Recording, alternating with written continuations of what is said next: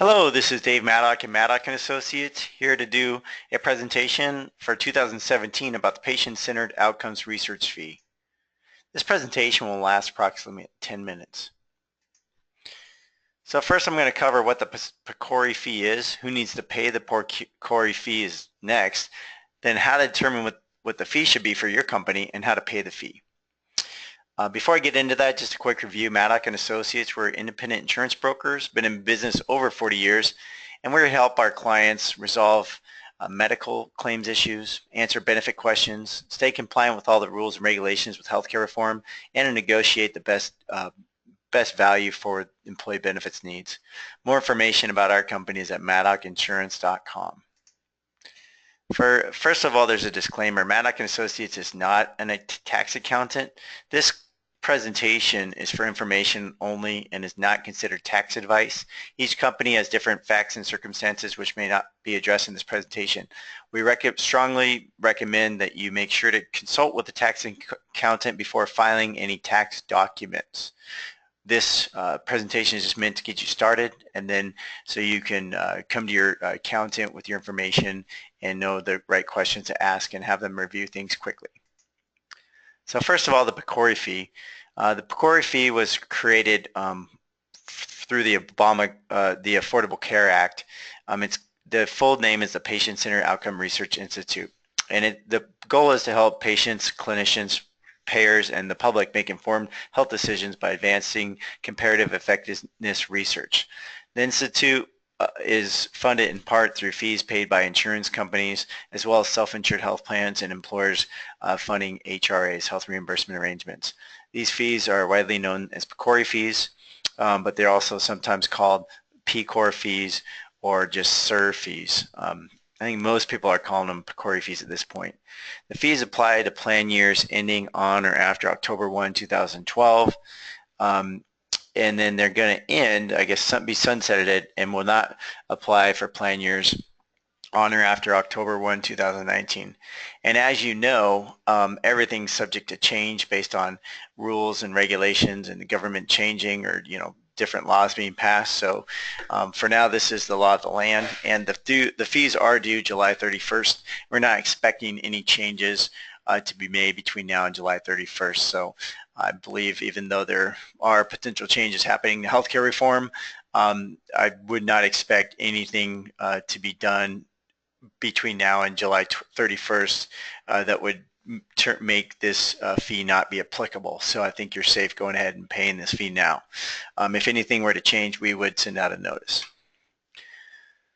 So who needs to pay the PCORI fee? The PCORI fee applies separately to specified health insurance policies and applicable self-insurance health plans, and is based on the average number of lives covered under the plan or policy. Generally, insurance companies pay the PCORI fee for all fully insured health plans. Where the employer gets involved and has to pay the fee directly is when the employer is using a self-funded medical plan or a health reimbursement arrangement or a flexible spending account where the employer is contributing to the FSA. So mainly we're looking at our groups that have self-funded medical plans, and those would be plans, sometimes it doesn't really seem like they're self-funded, but plans that are self-funded are generally going to be through carriers such as All Savers, Cigna, National General Assurance, John Alden, Starmark, ATA. And then there's more, but generally those are kind of the main small group self-insured plans. If you're a larger company using a TPA, you probably we would know, and TPA is working with you on this as well. So we've got the self-funded medical insurance plans, and then also the people with health reimbursement arrangements. So if you've got a plan set up to help employees pay for some of their medical out-of-pocket expenses or deductible, generally that's administered through a third party. It's a health reimbursement arrangement, and if you have a health reimbursement arrangement, then you're going to be responsible for paying these fees. If you use our preferred administrator, you would have received an email with a reminder to pay this fee, and you may have already paid it, but this presentation is going to be helpful in helping you understand how to pay the fee. So the PCORI fee is based on the number of members, not just the number of enrolled in a plan when it's a self-insured health plan. If it's an HRA or FSA, you can just use the number of employees. So that's kind of a determining factor. So HRA, FSA, that's a little bit easier because you just need to add up the number of employees that were covered throughout the year. If you have a self-funded health plan, you have to actually count all the members, which would include the employees as well as any dependents, so spouses, children, domestic partners. The simplest way to determine the number of the employee count is using the snapshot method. So what you can do is you can pick a date in the quarter, so like the first day of the first month of the quarter. You can calculate the member or employee count for each quarter using that same date, and then the PCORI fee is based on the average count throughout the year. So one tip is to use your medical insurance billing statement to help you determine the member count. So if you have an HRA that covers the deductible for those who or part of the deductible for those on the medical plan, then you could just look at the medical billing, you know, maybe the one billing a quarter, like the first billing of each quarter, to get your employee count. If you're on a self-insured plan, you have to look at the actual member count, which would include family members. And in that case, if your group's small, that might be pretty easy. If you don't have a lot of dependents on the plan, you could just look at your bill and you kind of know who has how many dependents. You could add that up. Or if you need help, we can definitely run a report. So we can contact the insurance carrier to have them run a report showing your member count for you know, a certain date for each quarter, and to help you calculate that number. So here's an example of the snapshot method. So we've got a self-funded group plan that runs July 1 through June 30th. So they're going to do just the first day of each quarter. And so for July 1, they had 80 members, October 1, 88, January 1, 92, April 1, 90. So then step 2 is they just add those up, divide it by 4, and then 88 is their average count using the snapshot method. And then to determine the PCORI fee for plans ending in the calendar year 2016 is due July 31st, 2017. So right now we're paying for plans ending in 2016.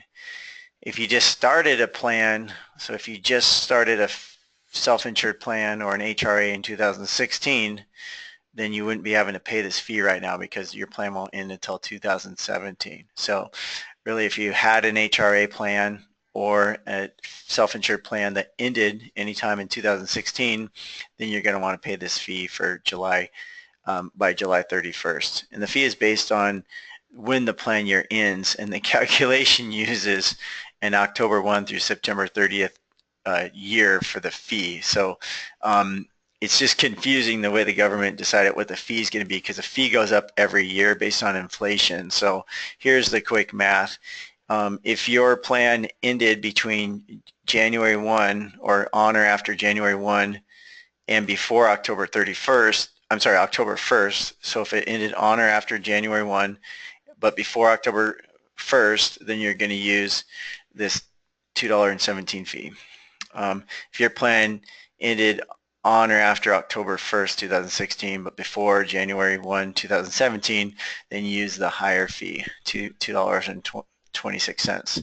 So that's how you determine what your fee should be, and that's either per employee if you're HRA FSA or per member if you're self-insured.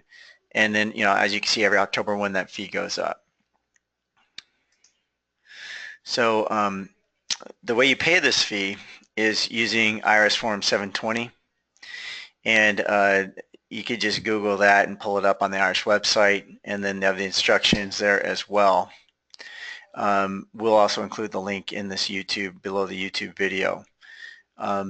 The confusing thing about the IRS Form 720 is it's used for a whole bunch of different taxes. So you'll find all sorts of different weird taxes on fishing boxes and bow and arrow taxes. So the area we're concerned about here is the PCORI fee is in Part 2, line 133, and that's where you would indicate the number of average lives and the fee, and then you add that up and multiply that to get the tax.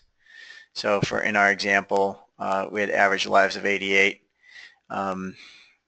fee of 217. So we multiply that out and get that.